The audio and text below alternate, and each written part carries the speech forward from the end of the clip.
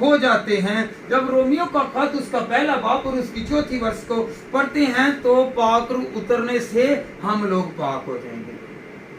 अगर हम लोग पाक होना चाहते हैं तो रूह अल कुद्दस को मांगी, दुआ करें, झुकें, सजदा करें, घुटने टेकें और खुद को सरेंडर करें और खुद कहें कि खुदावंद तू मुझे माफ कर। आज ईद पेंतीकोस्त है, आज का दिन रूह अल कुद्दस का है, हम रूह अल कुद्दस को याद करते रहें। हालेलुया। रूह अल कुद्दस आने से हमारी मखलसी हो जाएगी। अगर रूह अल कुद्दस हम पर उतर आएगा तो हम सारी बीमारियों से और रोगों से, तकलीफों से, अजियतों से, परेशानियों से निकल जाएंगे, बल्कि हम लोग खुशहाल हो जाएंगे। इफिसियों 4 बाब और उसकी 30वीं आयत, खुदावंद के कलाम में लिखा हुआ है कि हम लोग मखलसी पाएंगे, पाक रूह के आ जाने से मखलसी पाएंगे। फिर रूह अल कुद्दस अच्छी चीजें देता है। क्या देता है? रूह अल कुद्दस आएगा तो वो हमें अच्छी चीजें देगा। हालेलुया। लूका 11 बाब और उसकी 13वीं आयत में लिखा हुआ है कि वो अच्छी अच्छी चीजें देगा। रूह अल कुद्दस उतरने से मिलेगा। खुदा का रूह हम में बसा हुआ है, हम नहीं जानते, हम पहचानते नहीं है, पर वो हमारे अंदर है, वो हमारे अंदर है। पाक रूह हमारे अंदर है, हमारे जिस्म में है, हमारी रूह में है। और जब हम करंथियों 3 बाब और उसकी 16वीं आयत को पढ़ते हैं तो खुदा के कलाम में क्या लिखा हुआ है कि मैं तुम्हारे अंदर बसा हुआ हूँ, वो हमारे अंदर बसा हुआ है। Hallelujah, hallelujah, hallelujah. रूह अल कुद्दस हमारे लिए मदद है। ये जानता है कि हम एक दूसरे के साथ रहें। Hallelujah, hallelujah, hallelujah. जब हम यूहन्ना 14 बाब और उसकी 17वीं आयत को पढ़ते हैं तो खुदावंद के कलाम में रूह हक को दुनिया हासिल कर सकती है, तुम अपने लोगों के साथ, अपने बंदों के साथ। हालेलुया। खुदा अपने बंदों पर ही जाहिर होगा, दूसरा कोई रूह हक हासिल नहीं कर सकता।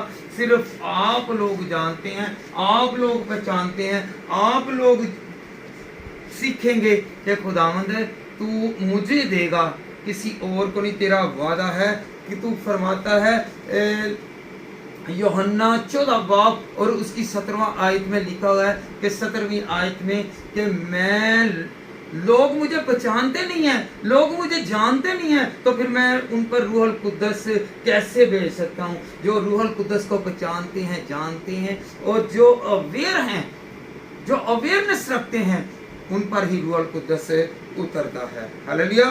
रूह अल कुद्दस हमारे साथ साथ है। हम घर में हैं, बाहर हैं, काम पे हैं, कहीं भी हैं, अगर हम लोग सफर में हैं, हम लोग कहीं पे भी जा के किसी भी बशर के साथ मुलाकात कर रहे हैं, किसी के साथ उठ रहे हैं, बैठ रहे हैं, जाग रहे हैं, सो रहे हैं, तो रूह अल कुद्दस हमारे साथ है।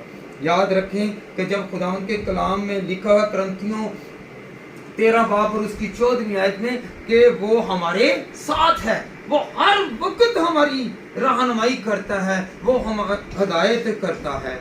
हालेलुया। रूह अल कुद्दस बोलने की ताकत देता है।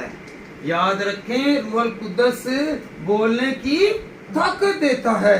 जब हम लोग खुदा को याद करते हैं तो फिर ही हम बोल सकते हैं, हम कलाम सुन सकते हैं, सुना सकते हैं, और हमारी ताकत को, कुव्वत को खुदावंद बढ़ाता है। जैसा कि आपको पता है कि मूसा बोल नहीं सकता था, जब खुदा का रूह उसमें बसा तो याद रखें वो थोथड़ा था, थथलाता था, हर्राता था, तो वो कहने लगा कि मैंने खिदमत नहीं करनी, और खुदा ने कहा कि मैं तेरे साथ हूँ, तुझे किसी चीज़ की कमी नहीं आने दूंगा।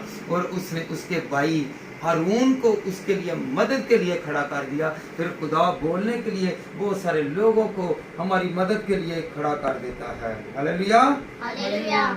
जब वो बोला, अमाल 2 बाब और उसकी 14वीं आयत में लिखा है कि वो बोलने की ताकत देता है। रूह कुद्दस तब्दील करता है।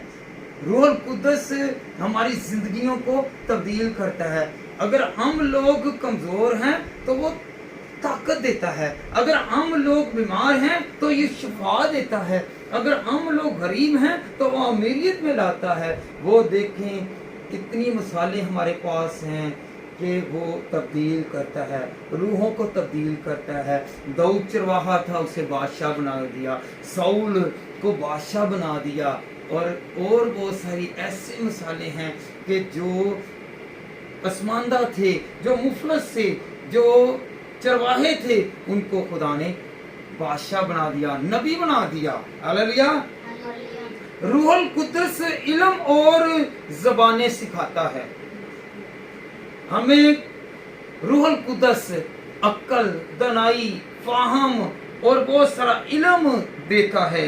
अगर हम लोग बोल नहीं सकते, हमें कुछ आ नहीं रहा, हम कहते हैं कि हम बहुत लायक हैं, हम बहुत टैलेंटेड हैं, हम बहुत ज़हीन हैं, हम बहुत क्लेवर हैं, पर हमारी क्लेवरेंस नहीं है, क्योंकि खुदावंद का रूह जब तक हमारे पास नहीं है, हम ताकत वाले और जोर वाले नहीं हो सकते। Hallelujah, hallelujah, hallelujah. वो बोलने की ताकत देता है, वो जुबानें अता करता है।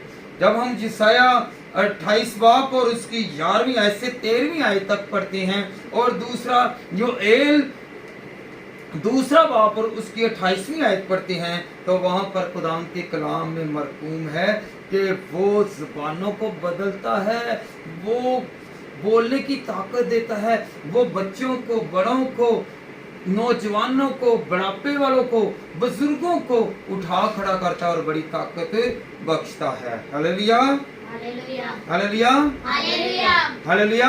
हालेलुया। जब हम खुदावंद के साथ साथ